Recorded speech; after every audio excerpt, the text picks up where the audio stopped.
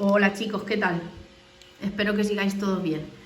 En este vídeo vamos a tratar la tarea de lengua que tenemos para esta semana. Como recordaréis, antes de que empezara el confinamiento y de que nos tuviéramos que ir del cole, comenzamos a ver el análisis sintáctico y ya sabíamos más o menos diferenciar lo que es el sujeto y el predicado.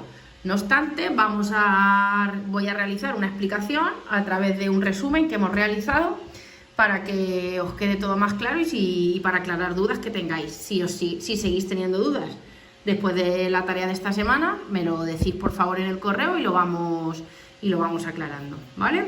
Os voy a ir explicando lo que hemos puesto en el resumen y vamos, así debe de quedar todo bastante claro.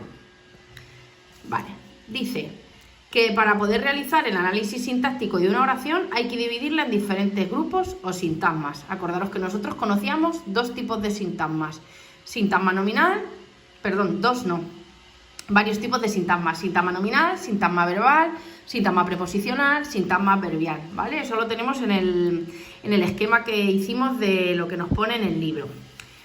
¿Qué me dice de un sintagma? Que el sintagma es una palabra o un conjunto de palabras organizadas en torno a una de ellas que funciona como núcleo.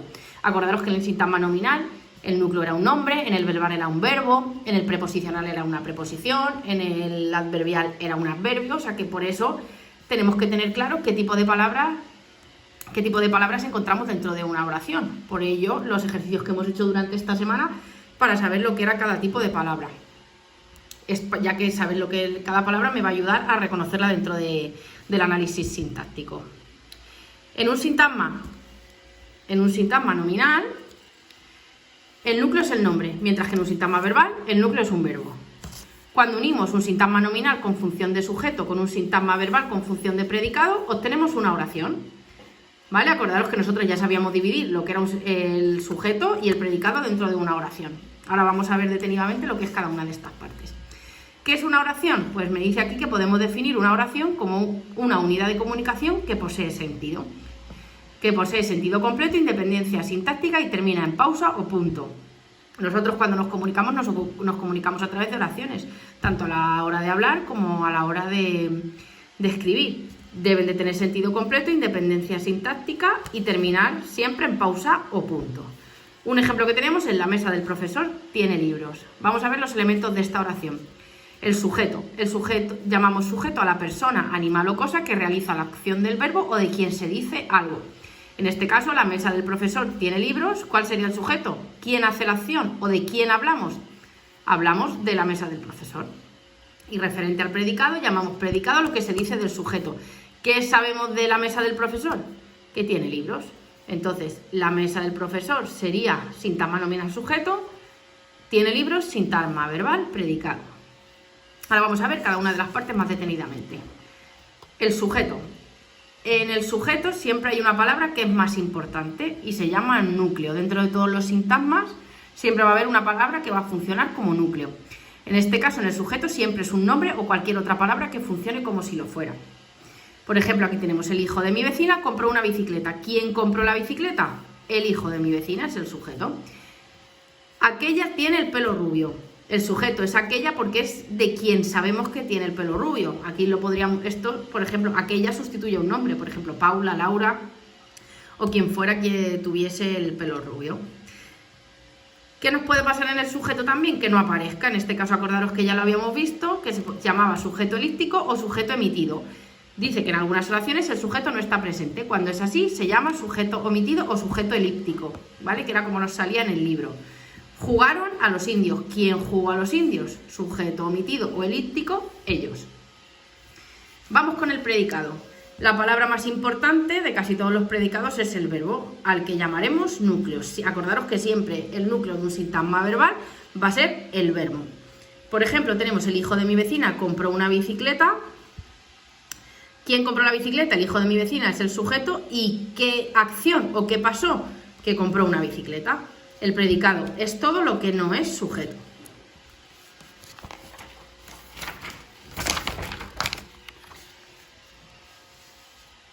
El predicado es la palabra o conjunto de palabras de una oración que indica lo que hace o lo que se dice del sujeto. ¿vale? Tenemos aquí otros dos ejemplos. El espejo de la habitación está roto. ¿Qué sabemos del espejo de la habitación? Que está roto. Y el amigo de mi hermano tocó la trompeta. ¿Qué sabemos del amigo de mi hermano? Que toca la trompeta, ¿vale? Una cosa que tenemos que tener clara es que el predicado siempre tiene concordancia en número o en género con el sujeto. Por ejemplo, el espejo de mi habitación está roto, no podríamos decir la espejo o el espejos, ¿vale? Vamos a ver los diferentes tipos de predicados que encontramos. El predicado nominal, ¿vale? El predicado nominal, lo que tenemos que tener claro es que tenemos solamente va a ser cuando aparezcan los verbos copulativos, que son ser, estar o parecer, ¿vale? Cuando aparezcan esos tres verbos, el predicado va a ser nominal. ¿Y cuándo va a ser el predicado verbal? Cuando aparezcan todos los demás. Lo que sí que tenemos que tener claro es que cuando aparezcan el verbo ser, estar o parecer, el predicado es nominal. Todos los demás, da igual el verbo que sea, va a ser verbal, ¿vale? Esto es lo que tenemos que saber de aquí. Algunas veces en el predicado verbal aparece solamente el verbo. Por ejemplo, los niños salieron. No suele ser una cosa normal, ya que normalmente nos da más información. Nosotros, propiamente hablando, damos mucha más información. Entonces, me dice aquí que, sin embargo, lo más habitual es que el verbo aparezca acompañado de uno o varios grupos de palabras que funcionan como complementos. Aquí tenemos que en la estructura del predicado siempre tenemos un núcleo y los complementos. Lo vamos a dejar aquí. Y la semana que viene comenzaremos a ver cada uno de los complementos que encontramos en los predicados, ¿vale? Espero que así os vaya quedando un poquito más claro. Os mando este documento para que lo podáis resumir y acordaros que eso paramos aquí, ¿vale? No sigáis con el documento. Y de tarea os mando varias oraciones para que vayáis distinguiendo solamente entre sujeto y predicado, ¿vale? Cuidaros mucho y que vaya todo bien, chicos. Adiós.